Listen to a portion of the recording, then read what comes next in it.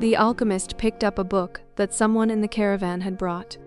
Leafing through the pages, he found a story about Narcissus. The alchemist knew the legend of Narcissus, a youth who knelt daily beside a lake to contemplate his own beauty. He was so fascinated by himself that, one morning, he fell into the lake and drowned. At the spot where he fell, a flower was born, which was called the Narcissus. But this was not how the author of the book ended the story. He said that when Narcissus died, the goddesses of the forest appeared and found the lake, which had been fresh water, transformed into a lake of salty tears. "Why do you weep?" the goddesses asked. "I weep for Narcissus," the lake replied. "Ah, it is no surprise that you weep for Narcissus," they said. "For though we always pursued him in the forest, you alone could contemplate his beauty close at hand." "But was Narcissus beautiful?" the lake asked. "Who better than you to know that?" the goddesses said in wonder. "After all, it was by your banks that he knelt each day to contemplate himself." The lake was silent for some time. Finally it said, "I weep for Narcissus, but I never noticed that Narcissus was beautiful. I weep because, each time he knelt beside my banks, I could see, in the depths of his eyes, my own beauty reflected." What a lovely story, the alchemist thought. The boy's name was Santiago. Dusk was falling as the boy arrived with his herd at an abandoned church. The roof had fallen in long ago, and an enormous sycamore had grown on the spot where the sacristy had once stood. He decided to spend the night there. He saw to it that all the sheep entered through the ruined gate, and then laid some planks across it to prevent the flock from wandering away during the night. There were no wolves in the region, but once an animal had strayed during the night, and the boy had had to spend the entire next day searching for it. He swept the floor with his jacket and lay down, using the book he had just finished reading as a pillow. He told himself that he would have to start reading thicker books. They lasted longer and made more comfortable pillows. It was still dark when he awoke, and, looking up, he could see the stars through the half-destroyed roof. "I wanted to sleep a little longer," he thought. He had had the same dream that night as a week ago, and once again he had awakened before it ended. He arose and, taking up his crook, began to awaken the sheep that still slept. He had noticed that, as soon as he awoke, most of his animals also began to stir. It was as if some mysterious energy bound his life to that of the sheep, with whom he had spent the past 2 years, leading them through the countryside in search of food and water. "They are so used to me that they know my schedule," he muttered. Thinking about that for a moment, he realized that it could be the other way around, that it was he who had become accustomed to their schedule. But there were certain of them who took a bit longer to awaken. The boy prodded them, one by one with his crook, calling each by name. He had always believed that the sheep were able to understand what he said, so there were times when he read them parts of his books that had made an impression on him, or when he would tell them of the loneliness or the happiness of a shepherd in the fields. Sometimes he would comment to them on the things he had seen in the villages they passed. But for the past few days he had spoken to them about only one thing, the girl, the daughter of a merchant who lived in the village they would reach in about 4 days. He had been to the village only once, the year before.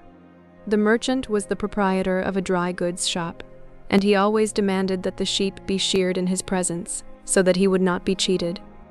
A friend had told the boy about the shop, and he had taken his sheep there. "I need to sell some wool," the boy told the merchant.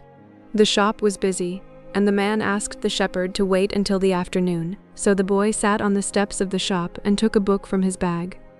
"I didn't know shepherds knew how to read," said a girl's voice behind him. The girl was typical of the region of Andalusia, with flowing black hair and eyes that vaguely recalled the Moorish conquerors. "Well, usually I learn more from my sheep than from books," he answered.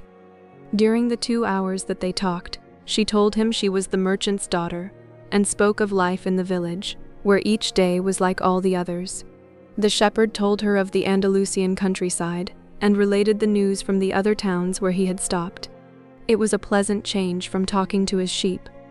"How did you learn to read?" the girl asked at one point. Like everybody learns, he said. In school. Well, if you know how to read, why are you just a shepherd?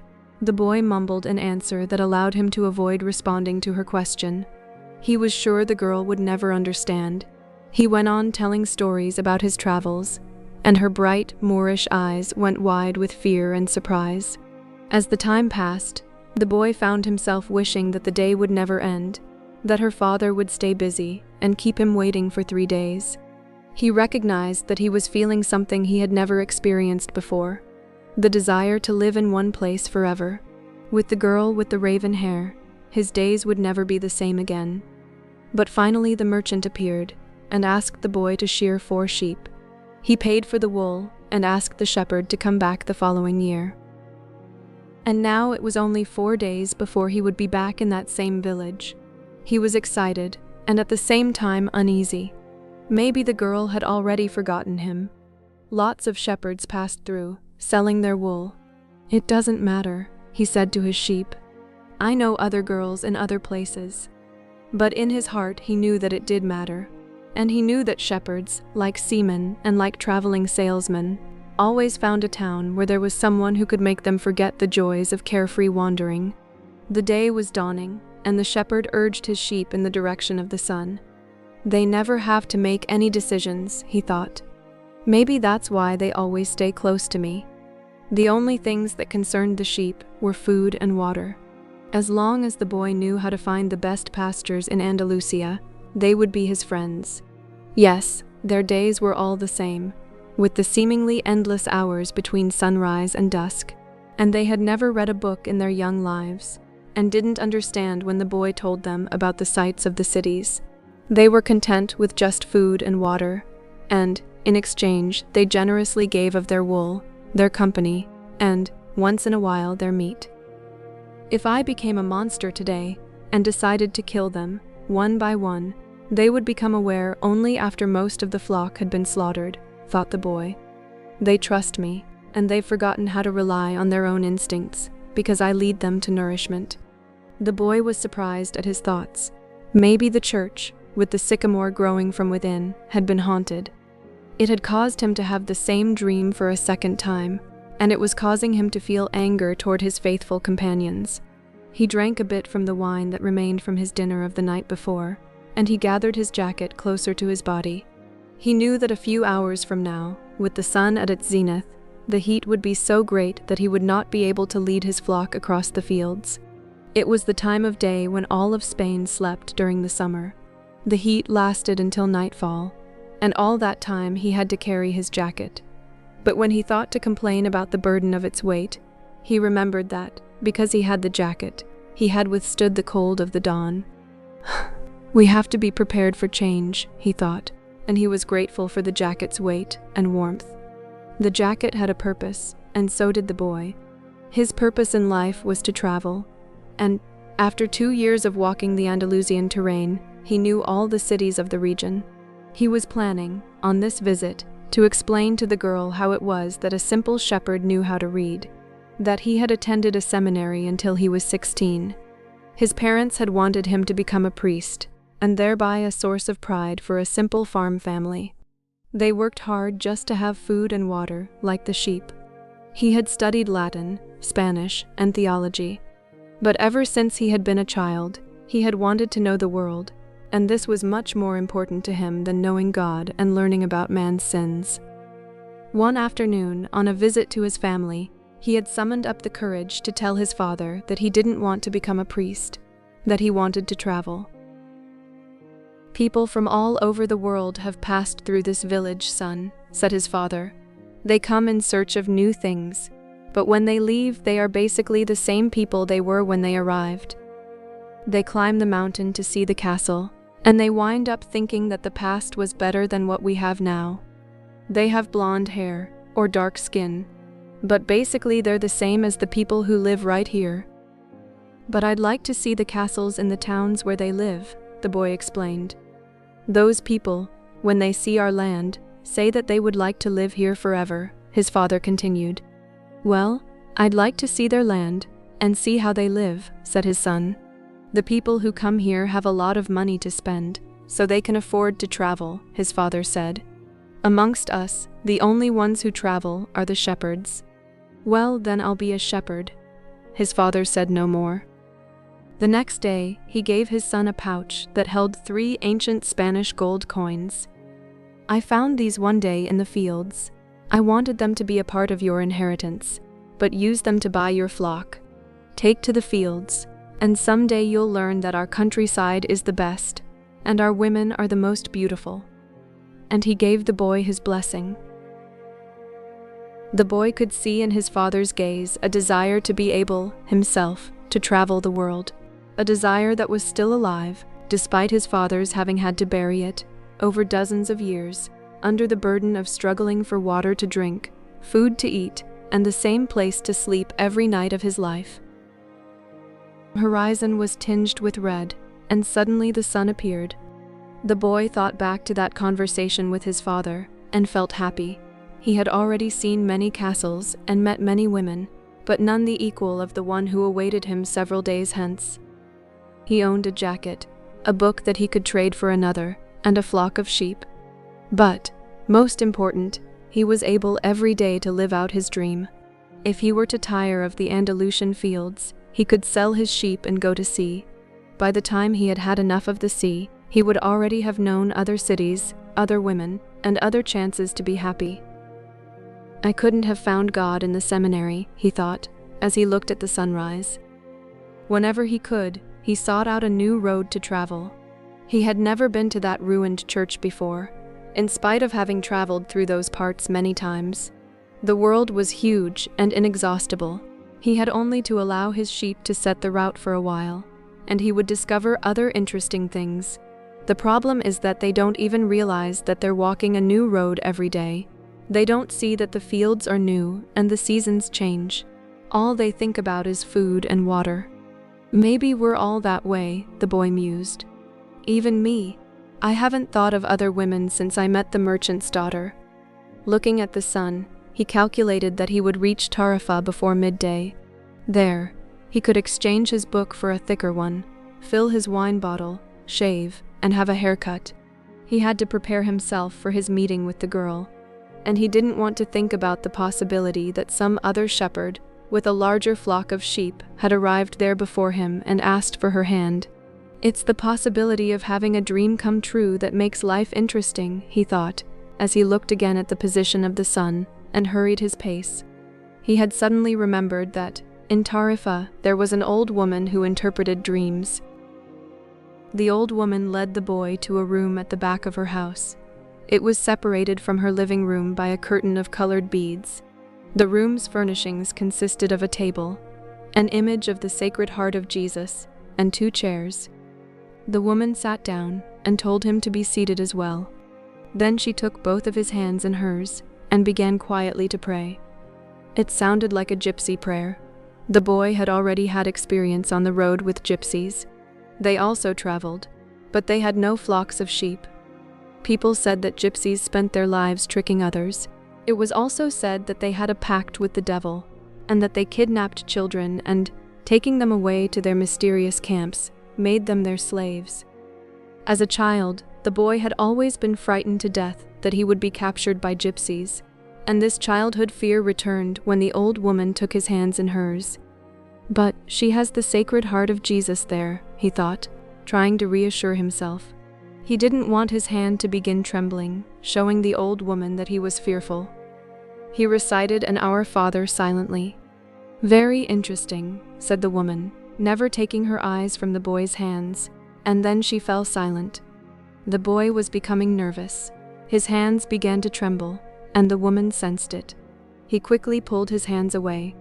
I didn't come here to have you read my palm, he said, already regretting having come. He thought for a moment that it would be better to pay her fee and leave without learning a thing, that he was giving too much importance to his recurrent dream. You came so that you could learn about your dreams, said the old woman, and dreams are the language of God. When he speaks in our language, I can interpret what he has said. But if he speaks in the language of the soul, it is only you who can understand. But, whichever it is, I'm going to charge you for the consultation. Another trick, the boy thought. but he decided to take a chance. A shepherd always takes his chances with wolves and with drought. And that's what makes a shepherd's life exciting. "I have had the same dream twice," he said. "I dreamed that I was in a field with my sheep, when a child appeared and began to play with the animals. I don't like people to do that, because the sheep are afraid of strangers. But children always seem to be able to play with them without frightening them. I don't know why. I don't know how animals know the age of human beings." "Tell me more about your dream," said the woman. "I have to get back to my cooking, and, since you don't have much money, I can't give you a lot of time." "The child went on playing with my sheep for quite a while," continued the boy, a bit upset. "And suddenly the child took me by both hands and transported me to the Egyptian pyramids." He paused for a moment to see if the woman knew what the Egyptian pyramids were, but she said nothing. Then, at the Egyptian pyramids, he said the last 3 words slowly so that the old woman would understand. "The child said to me, 'If you come here, you will find a hidden treasure.' And, just as she was about to show me the exact location, I woke up. Both times." The woman was silent for some time. Then she again took his hands and studied them carefully. "I'm not going to charge you anything now," she said, "but I want 1/10 of the treasure, if you find it." The boy laughed, out of happiness. He was going to be able to save the little money he had because of a dream about hidden treasure. "Well, interpret the dream," he said. "First, swear to me. Swear that you will give me 1/10 of your treasure in exchange for what I am going to tell you." The shepherd swore that he would. The old woman asked him to swear again while looking at the image of the Sacred Heart of Jesus. "It's a dream in the language of the world," she said. "I can interpret it, but the interpretation is very difficult. That's why I feel that I deserve a part of what you find. And this is my interpretation. You must go to the pyramids in Egypt. I have never heard of them, but, if it was a child who showed them to you, they exist. There you will find a treasure that will make you a rich man." The boy was surprised, and then irritated. He didn't need to seek out the old woman for this, but then he remembered that he wasn't going to have to pay anything. "I didn't need to waste my time just for this," he said. "I told you that your dream was a difficult one. It's the simple things in life that are the most extraordinary. Only wise men are able to understand them. And since I am not wise, I have had to learn other arts, such as the reading of palms. Well, how am I going to get to Egypt? I only interpret dreams. I don't know how to turn them into reality. That's why I have to live off what my daughters provide me with. And what if I never get to Egypt? Then I don't get paid. It wouldn't be the first time." And the woman told the boy to leave, saying she had already wasted too much time with him. So the boy was disappointed. He decided that he would never again believe in dreams. He remembered that he had a number of things he had to take care of. He went to the market for something to eat. He traded his book for one that was thicker, and he found a bench in the plaza where he could sample the new wine he had bought. The day was hot, and the wine was refreshing. The sheep were at the gates of the city, in a stable that belonged to a friend. The boy knew a lot of people in the city. That was what made traveling appeal to him. He always made new friends, and he didn't need to spend all of his time with them. When someone sees the same people every day, as had happened with him at the seminary, they wind up becoming a part of that person's life, and then they want the person to change. If someone isn't what others want them to be, the others become angry. Everyone seems to have a clear idea of how other people should lead their lives, but none about his or her own. He decided to wait until the sun had sunk a bit lower in the sky before following his flock back through the fields. 3 days from now, he would be with the merchant's daughter. He started to read the book he had bought. On the very first page, it described a burial ceremony, and the names of the people involved were very difficult to pronounce. If he ever wrote a book, he thought, he would present one person at a time, so that the reader wouldn't have to worry about memorizing a lot of names. When he was finally able to concentrate on what he was reading, he liked the book better. The burial was on a snowy day, and he welcomed the feeling of being cold. As he read on, an old man sat down at his side and tried to strike up a conversation. "What are they doing?" the old man asked, pointing at the people in the plaza. "Working," the boy answered dryly, making it look as if he wanted to concentrate on his reading. Actually, he was thinking about shearing his sheep in front of the merchant's daughter, so that she could see that he was someone who was capable of doing difficult things. He had already imagined the scene many times. Every time, the girl became fascinated when he explained that the sheep had to be sheared from back to front. He also tried to remember some good stories to relate as he sheared the sheep. Most of them he had read in books, but he would tell them as if they were from his personal experience. She would never know the difference because she didn't know how to read. Meanwhile, the old man persisted in his attempt to strike up a conversation. He said that he was tired and thirsty, and asked if he might have a sip of the boy's wine. The boy offered his bottle, hoping that the old man would leave him alone. But the old man wanted to talk, and he asked the boy what book he was reading. The boy was tempted to be rude, and moved to another bench, but his father had taught him to be respectful of the elderly, so he held out the book to the man for 2 reasons. First, that he, himself, wasn't sure how to pronounce the title, and second, that if the old man didn't know how to read, he would probably feel ashamed and decide of his own accord to change benches. Said the old man, looking at all sides of the book, as if it were some strange object. "This is an important book, but it's really irritating." The boy was shocked. The old man knew how to read, and had already read the book. And if the book was irritating, as the old man had said, the boy still had time to change it for another.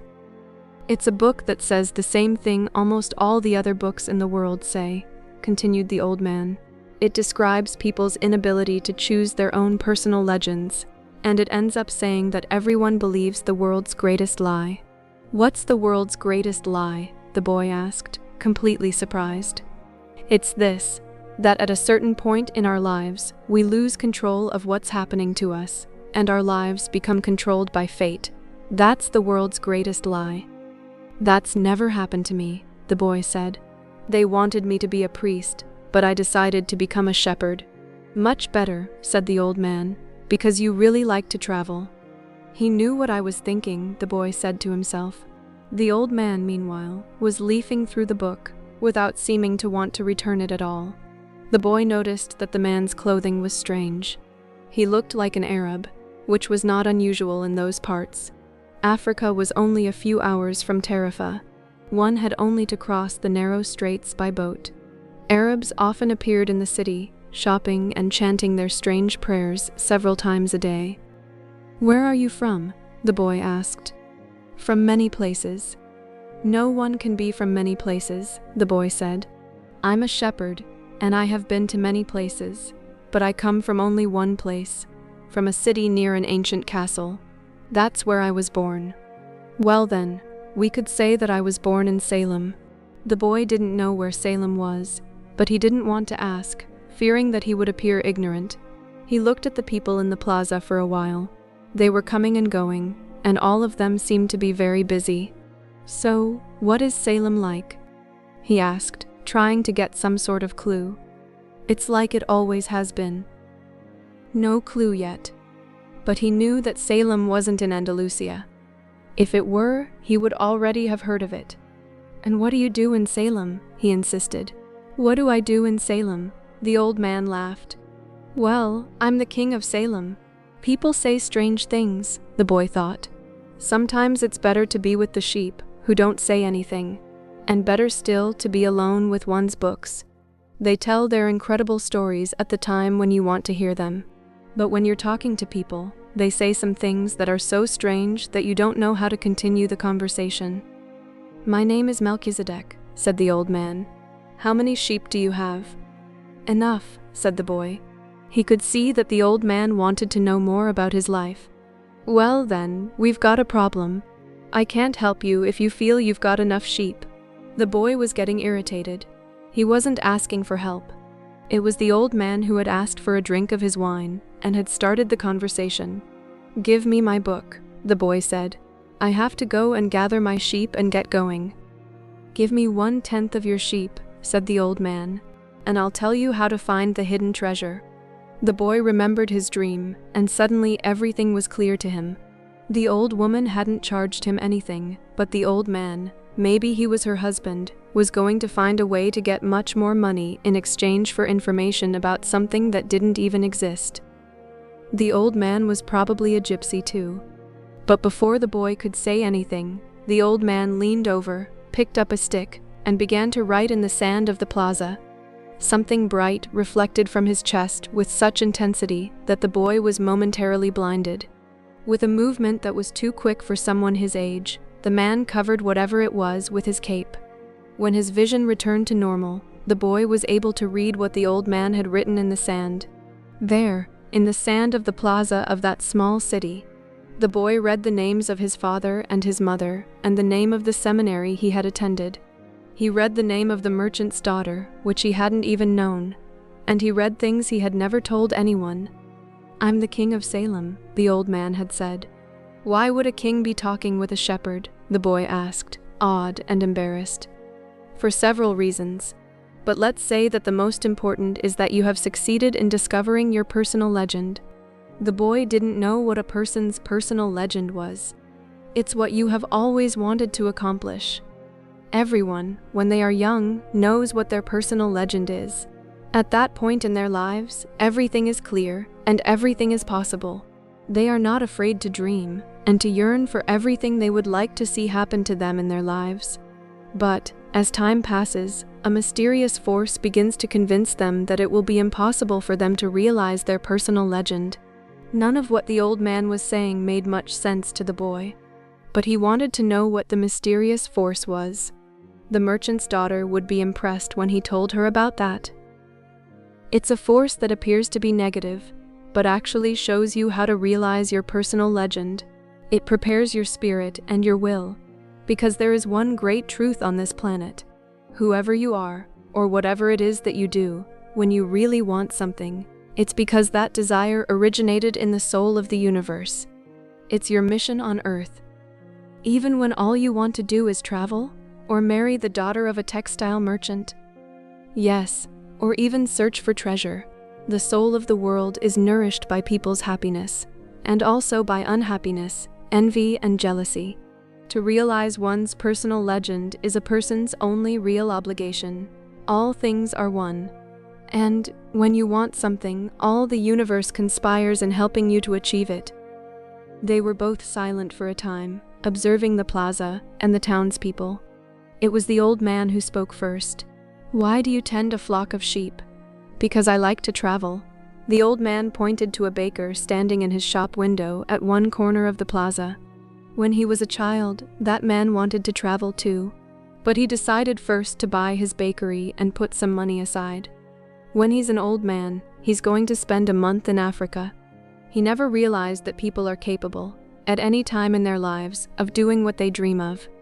He should have decided to become a shepherd, the boy said. Well, he thought about that, the old man said. But bakers are more important people than shepherds. Bakers have homes, while shepherds sleep out in the open. Parents would rather see their children marry bakers than shepherds. The boy felt a pang in his heart, thinking about the merchant's daughter. There was surely a baker in her town. The old man continued, "In the long run, what people think about shepherds and bakers becomes more important for them than their own personal legends." The old man leafed through the book and fell to reading a page he came to. The boy waited, and then interrupted the old man just as he himself had been interrupted. "Why are you telling me all this?" "Because you are trying to realize your personal legend, and you are at the point where you're about to give it all up." "And that's when you always appear on the scene?" "Not always in this way, but I always appear in one form or another. Sometimes I appear in the form of a solution, or a good idea. At other times, at a crucial moment, I make it easier for things to happen. There are other things I do too, but most of the time people don't realize I've done them." The old man related that, the week before, he had been forced to appear before a miner, and had taken the form of a stone. The miner had abandoned everything to go mining for emeralds. For 5 years he had been working a certain river, and had examined hundreds of thousands of stones looking for an emerald. The miner was about to give it all up, right at the point when, if he were to examine just one more stone, just one more, he would find his emerald. Since the miner had sacrificed everything to his personal legend, the old man decided to become involved. He transformed himself into a stone that rolled up to the miner's foot. The miner, with all the anger and frustration of his 5 fruitless years, picked up the stone and threw it aside. But he had thrown it with such force that it broke the stone it fell upon. And there, embedded in the broken stone, was the most beautiful emerald in the world. People learn, early in their lives, what is their reason for being, said the old man, with a certain bitterness. Maybe that's why they give up on it so early too. But that's the way it is. The boy reminded the old man that he had said something about hidden treasure. Treasure is uncovered by the force of flowing water, and it is buried by the same currents, said the old man. If you want to learn about your own treasure, you will have to give me 1/10 of your flock. What about 1/10 of my treasure? The old man looked disappointed. If you start out by promising what you don't even have yet, you'll lose your desire to work toward getting it. The boy told him that he had already promised to give 1/10 of his treasure to the gypsy. Gypsies are experts at getting people to do that, sighed the old man. In any case, it's good that you've learned that everything in life has its price. This is what the warriors of the light try to teach.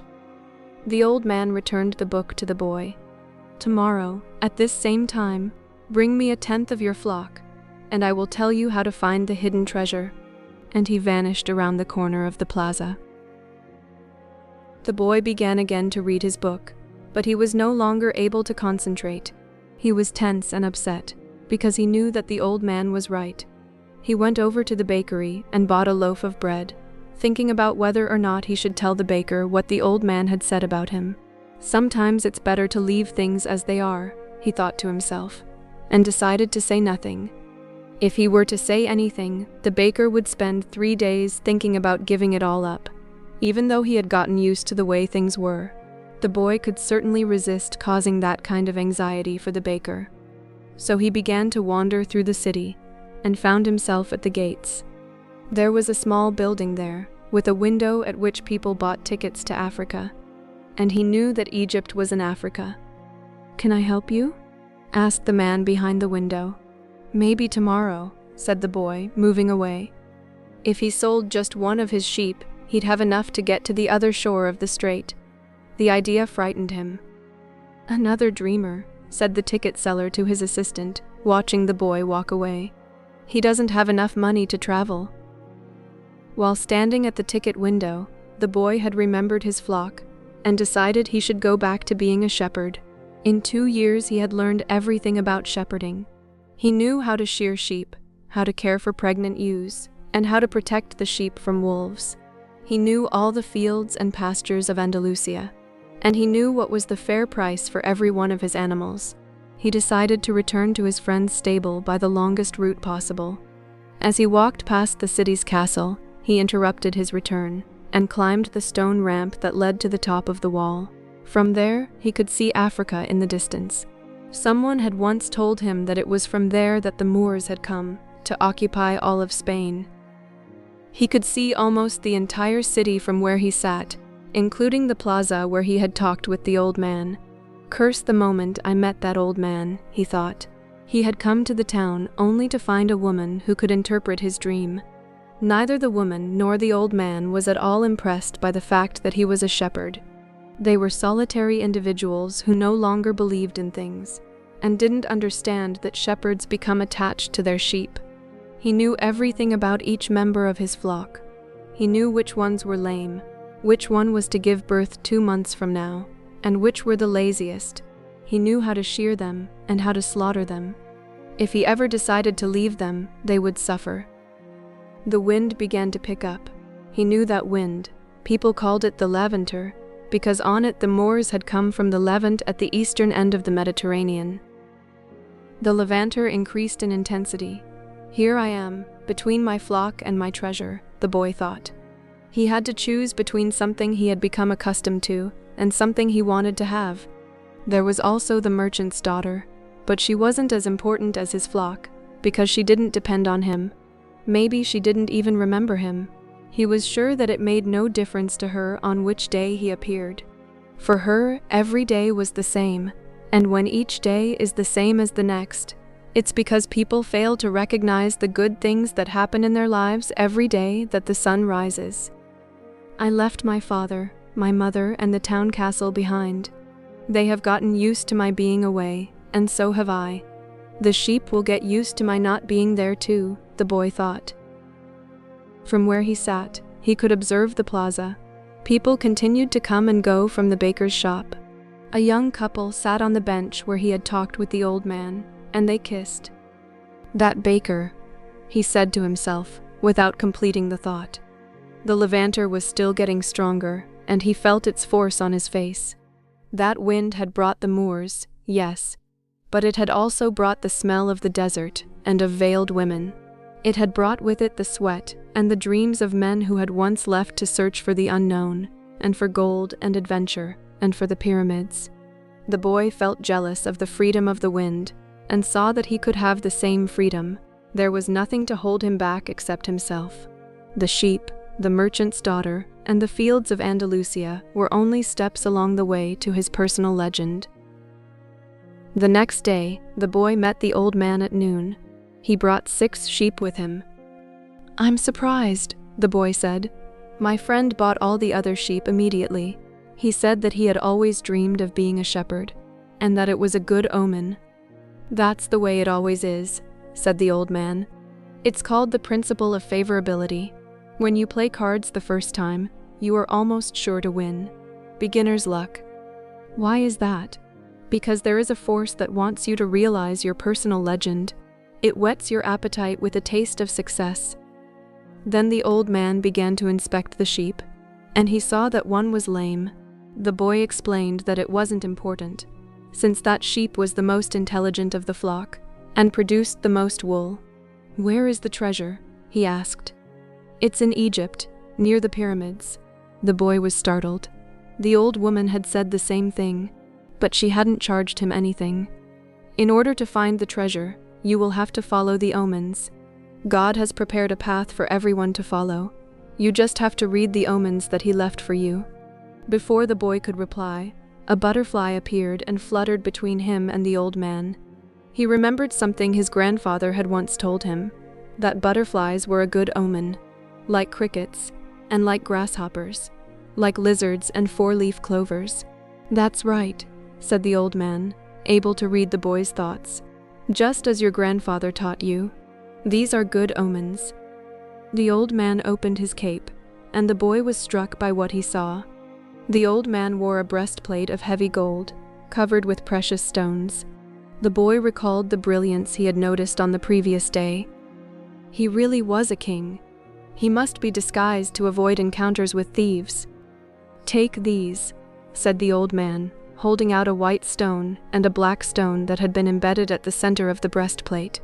"They are called Urim and Thummim. The black signifies yes, and the white no. When you are unable to read the omens, they will help you to do so. Always ask an objective question. But, if you can, try to make your own decisions. The treasure is at the pyramids." That you already knew. "But I had to insist on the payment of 6 sheep because I helped you to make your decision." The boy put the stones in his pouch. From then on, he would make his own decisions. "Don't forget that everything you deal with is only one thing and nothing else. And don't forget the language of omens. And, above all, don't forget to follow your personal legend through to its conclusion. But before I go, I want to tell you a little story. A certain shopkeeper sent his son to learn about the secret of happiness from the wisest man in the world. The lad wandered through the desert for 40 days, and finally came upon a beautiful castle, high atop a mountain. It was there that the wise man lived. Rather than finding a saintly man, though, our hero, on entering the main room of the castle, saw a hive of activity.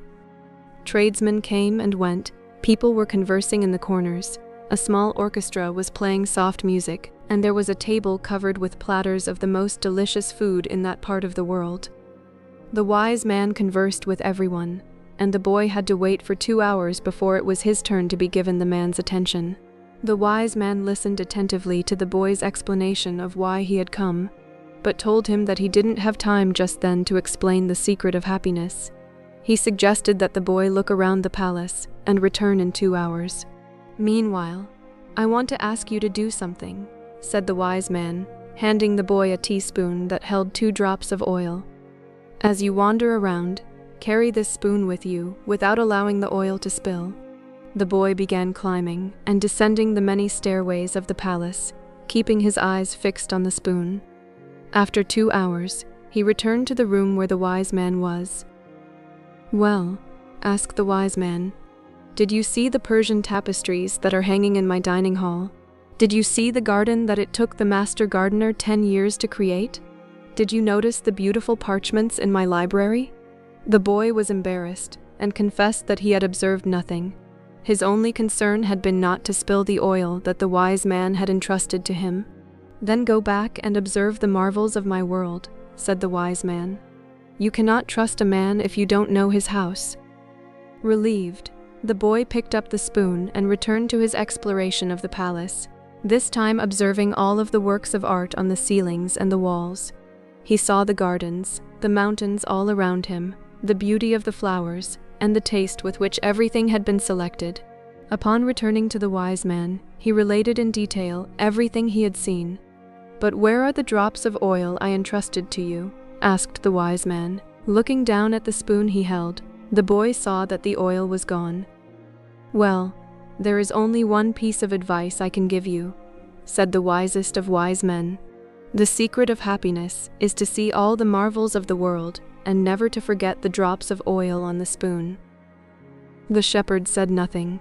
He had understood the story the old king had told him. A shepherd may like to travel, but he should never forget about his sheep. The old man looked at the boy and, with his hands held together, made several strange gestures over the boy's head. Then, taking his sheep, he walked away. At the highest point in Tarifa there is an old fort, built by the Moors.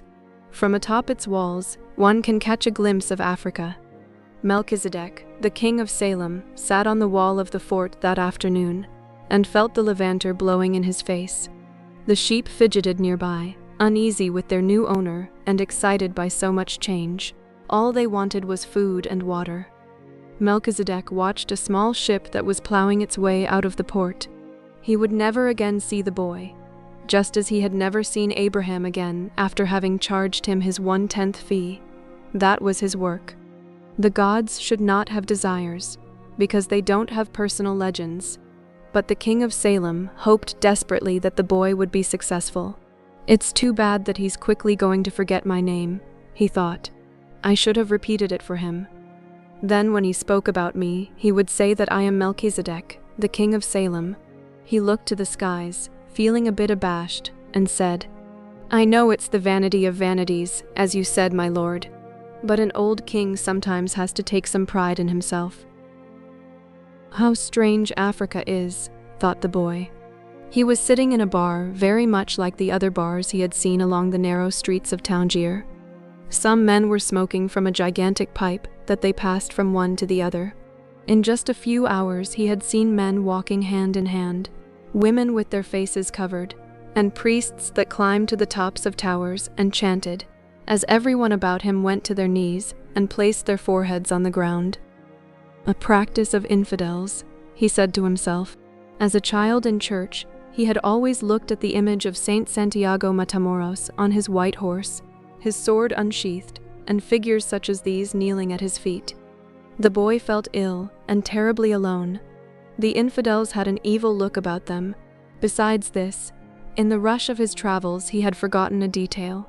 Just one detail, which could keep him from his treasure for a long time. Only Arabic was spoken in this country. The owner of the bar approached him, and the boy pointed to a drink that had been served at the next table. It turned out to be a bitter tea. The boy preferred wine, but he didn't need to worry about that right now. What he had to be concerned about was his treasure, and how he was going to go about getting it. The sale of his sheep had left him with enough money in his pouch, and the boy knew that in money there was magic. Whoever has money is never really alone. Before long, maybe in just a few days, he would be at the pyramids. An old man, with a breastplate of gold, wouldn't have lied just to acquire 6 sheep. The old man had spoken about signs and omens, and, as the boy was crossing the strait, he had thought about omens. The old man had known what he was talking about. During the time the boy had spent in the fields of Andalusia, he had become used to learning which path he should take by observing the ground and the sky. He had discovered that the presence of a certain bird meant that a snake was nearby, and that a certain shrub was a sign that there was water in the area. The sheep had taught him that. If God leads the sheep so well, he will also lead a man, he thought, and that made him feel better. The tea seemed less bitter. "Who are you?" he heard a voice ask him in Spanish. The boy was relieved. He was thinking about omens, and someone had appeared. "How come you speak Spanish?" he asked. The new arrival was a young man in Western dress, but the color of his skin suggested he was from this city. He was about the same age and height as the boy. "Almost everyone here speaks Spanish. We're only 2 hours from Spain. Sit down and let me treat you to something," said the boy. "And ask for a glass of wine for me. I hate this tea." "There is no wine in this country," the young man said. "The religion here forbids it." The boy told him then that he needed to get to the pyramids. He almost began to tell about his treasure, but decided not to do so. If he did, it was possible that the Arab would want a part of it as payment for taking him there. He remembered what the old man had said about offering something you didn't even have yet. "I'd like you to take me there if you can. I can pay you to serve as my guide." "Do you have any idea how to get there?" the newcomer asked. The boy noticed that the owner of the bar stood nearby, listening attentively to their conversation. He felt uneasy at the man's presence. But he had found a guide, and didn't want to miss out on an opportunity. "You have to cross the entire Sahara Desert," said the young man. "And to do that, you need money. I need to know whether you have enough." The boy thought it a strange question, but he trusted in the old man, who had said that, when you really want something, the universe always conspires in your favor. He took his money from his pouch and showed it to the young man. The owner of the bar came over and looked as well. The 2 men exchanged some words in Arabic, and the bar owner seemed irritated. "Let's get out of here," said the new arrival. "He wants us to leave." The boy was relieved. He got up to pay the bill, but the owner grabbed him and began to speak to him in an angry stream of words. The boy was strong and wanted to retaliate, but he was in a foreign country. His new friend pushed the owner aside and pulled the boy outside with him. "He wanted your money," he said. "Tangier is not like the rest of Africa. This is a port, and every port has its thieves." The boy trusted his new friend. He had helped him out in a dangerous situation. He took out his money and counted it. "We could get to the pyramids by tomorrow," said the other, taking the money. "But I have to buy 2 camels." They walked together through the narrow streets of Tangier. Everywhere there were stalls with items for sale. They reached the center of a large plaza where the market was held. There were thousands of people there, arguing, selling, and buying. Vegetables for sale amongst daggers, and carpets displayed alongside tobacco. But the boy never took his eye off his new friend. After all, he had all his money. He thought about asking him to give it back, but decided that would be unfriendly. He knew nothing about the customs of the strange land he was in. "I'll just watch him," he said to himself. He knew he was stronger than his friend. Suddenly, there in the midst of all that confusion, he saw the most beautiful sword he had ever seen. The scabbard was embossed in silver, and the handle was black and encrusted with precious stones. The boy promised himself that, when he returned from Egypt, he would buy that sword. "Ask the owner of that stall how much the sword costs," he said to his friend. Then he realized that he had been distracted for a few moments, looking at the sword. His heart squeezed, as if his chest had suddenly compressed it. He was afraid to look around, because he knew what he would find. He continued to look at the beautiful sword for a bit longer, until he summoned the courage to turn around.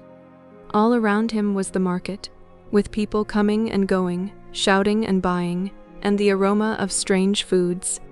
but nowhere could he find his new companion. The boy wanted to believe that his friend had simply become separated from him by accident. He decided to stay right there and await his return. As he waited, a priest climbed to the top of a nearby tower and began his chant.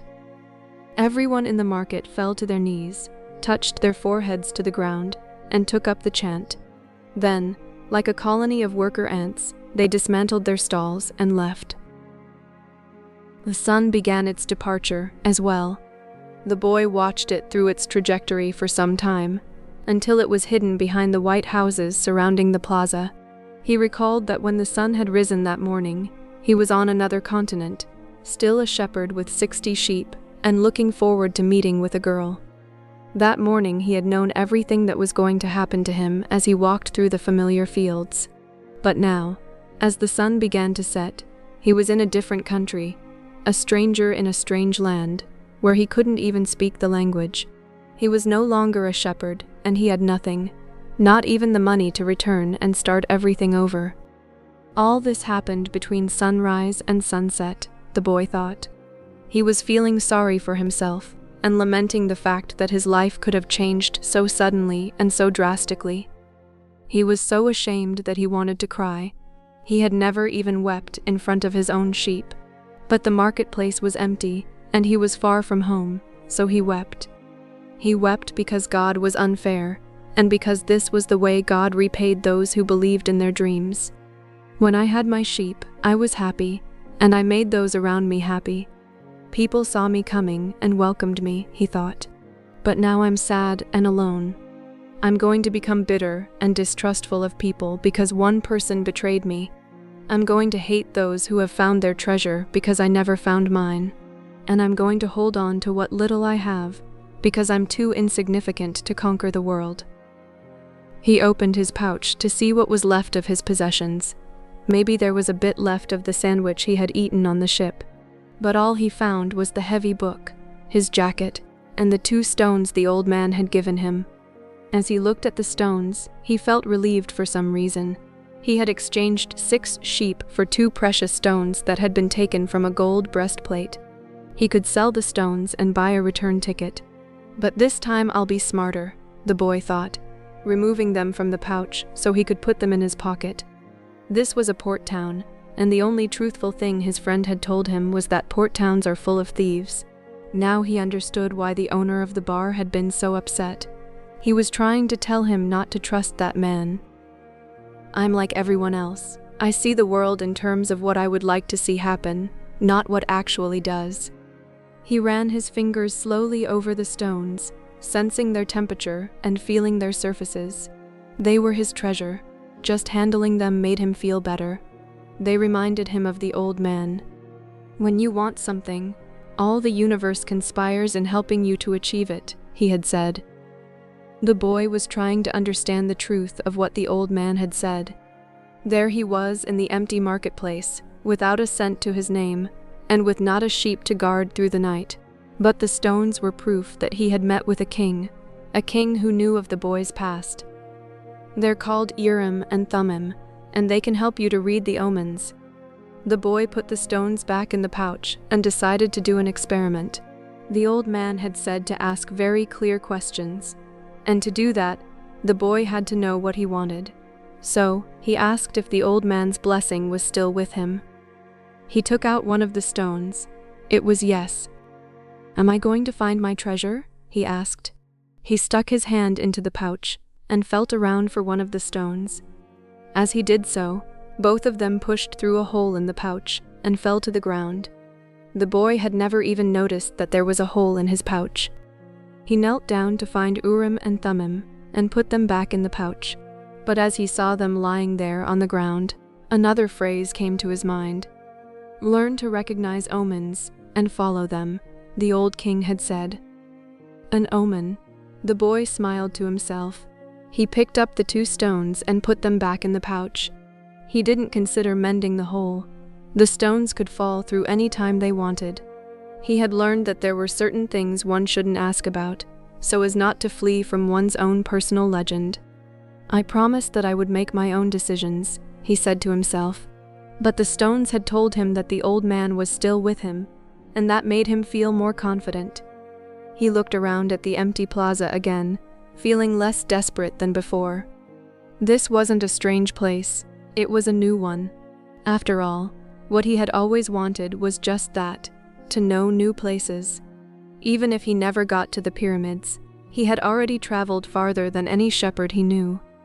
Oh, if they only knew how different things are just 2 hours by ship from where they are, he thought. Although his new world at the moment was just an empty marketplace, he had already seen it when it was teeming with life, and he would never forget it. He remembered the sword. It hurt him a bit to think about it, but he had never seen one like it before. As he mused about these things, he realized that he had to choose between thinking of himself as the poor victim of a thief and as an adventurer in quest of his treasure. "I'm an adventurer, looking for treasure," he said to himself. He was shaken into wakefulness by someone. He had fallen asleep in the middle of the marketplace, and life in the plaza was about to resume. Looking around, he sought his sheep, and then realized that he was in a new world. But instead of being saddened, he was happy. He no longer had to seek out food and water for the sheep. He could go in search of his treasure instead. He had not a cent in his pocket, but he had faith. He had decided, the night before, that he would be as much an adventurer as the ones he had admired in books. He walked slowly through the market. The merchants were assembling their stalls, and the boy helped a candy seller to do his. The candy seller had a smile on his face. He was happy, aware of what his life was about, and ready to begin a day's work. His smile reminded the boy of the old man, the mysterious old king he had met. This candy merchant isn't making candy so that later he can travel or marry a shopkeeper's daughter. He's doing it because it's what he wants to do, thought the boy. He realized that he could do the same thing the old man had done, sense whether a person was near to or far from his personal legend, just by looking at them. It's easy, and yet I've never done it before, he thought. When the stall was assembled, the candy seller offered the boy the first sweet he had made for the day. The boy thanked him, ate it, and went on his way. When he had gone only a short distance, he realized that, while they were erecting the stall, one of them had spoken Arabic and the other Spanish, and they had understood each other perfectly well. There must be a language that doesn't depend on words, the boy thought. I've already had that experience with my sheep, and now it's happening with people. He was learning a lot of new things. Some of them were things that he had already experienced, and weren't really new, but that he had never perceived before. And he hadn't perceived them because he had become accustomed to them. He realized, if I can learn to understand this language without words, I can learn to understand the world. Relaxed and unhurried, he resolved that he would walk through the narrow streets of Tangier. Only in that way would he be able to read the omens. He knew it would require a lot of patience, but shepherds know all about patience. Once again he saw that, in that strange land, he was applying the same lessons he had learned with his sheep. All things are one, the old man had said. The crystal merchant awoke with the day, and felt the same anxiety that he felt every morning. He had been in the same place for 30 years, a shop at the top of a hilly street where few customers passed. Now it was too late to change anything. The only thing he had ever learned to do was to buy and sell crystal glassware. There had been a time when many people knew of his shop: Arab merchants, French and English geologists, German soldiers who were always well-heeled. In those days it had been wonderful to be selling crystal, and he had thought how he would become rich and have beautiful women at his side as he grew older. But, as time passed, Tangier had changed. The nearby city of Ceuta had grown faster than Tangier, and business had fallen off. Neighbors moved away, and there remained only a few small shops on the hill, and no one was going to climb the hill just to browse through a few small shops. But the crystal merchant had no choice. He had lived 30 years of his life buying and selling crystal pieces, and now it was too late to do anything else. He spent the entire morning observing the infrequent comings and goings in the street. He had done this for years and knew the schedule of everyone who passed. But, Just before lunchtime, a boy stopped in front of the shop. He was dressed normally, but the practiced eyes of the crystal merchant could see that the boy had no money to spend. Nevertheless, the merchant decided to delay his lunch for a few minutes until the boy moved on. A card hanging in the doorway announced that several languages were spoken in the shop. The boy saw a man appear behind the counter. "I can clean up those glasses in the window, if you want," said the boy. "The way they look now, nobody is going to want to buy them." The man looked at him without responding. "In exchange, you could give me something to eat." The man still said nothing, and the boy sensed that he was going to have to make a decision. In his pouch, he had his jacket. He certainly wasn't going to need it in the desert. Taking the jacket out, he began to clean the glasses. In half an hour, he had cleaned all the glasses in the window, and, as he was doing so, 2 customers had entered the shop and bought some crystal. When he had completed the cleaning, he asked the man for something to eat. "Let's go and have some lunch," said the crystal merchant. He put a sign on the door, and they went to a small cafe nearby. As they sat down at the only table in the place, the crystal merchant laughed. "You didn't have to do any cleaning," he said. "The Quran requires me to feed a hungry person." "Well then, why did you let me do it?" the boy asked. "Because the crystal was dirty, and both you and I needed to cleanse our minds of negative thoughts." When they had eaten, the merchant turned to the boy and said, "I'd like you to work in my shop. 2 customers came in today while you were working, and that's a good omen." "People talk a lot about omens," thought the shepherd, "but they really don't know what they're saying." Just as I hadn't realized that for so many years I had been speaking a language without words to my sheep. "Do you want to go to work for me?" the merchant asked. "I can work for the rest of today," the boy answered. "I'll work all night, until dawn, and I'll clean every piece of crystal in your shop. In return, I need money to get to Egypt tomorrow." The merchant laughed. "Even if you cleaned my crystal for an entire year, even if you earned a good commission selling every piece, you would still have to borrow money to get to Egypt. There are thousands of kilometers of desert between here and there." There was a moment of silence so profound that it seemed the city was asleep. No sound from the bazaars, no arguments among the merchants, no men climbing to the towers to chant, no hope, no adventure, no old kings or personal legends, no treasure, and no pyramids. It was as if the world had fallen silent because the boy's soul had. He sat there, staring blankly through the door of the cafe, wishing that he had died, and that everything would end forever at that moment. The merchant looked anxiously at the boy. All the joy he had seen that morning had suddenly disappeared. "I can give you the money you need to get back to your country, my son," said the crystal merchant. The boy said nothing. He got up, adjusted his clothing, and picked up his pouch. "I'll work for you," he said, and after another long silence, he added, "I need money to buy some sheep."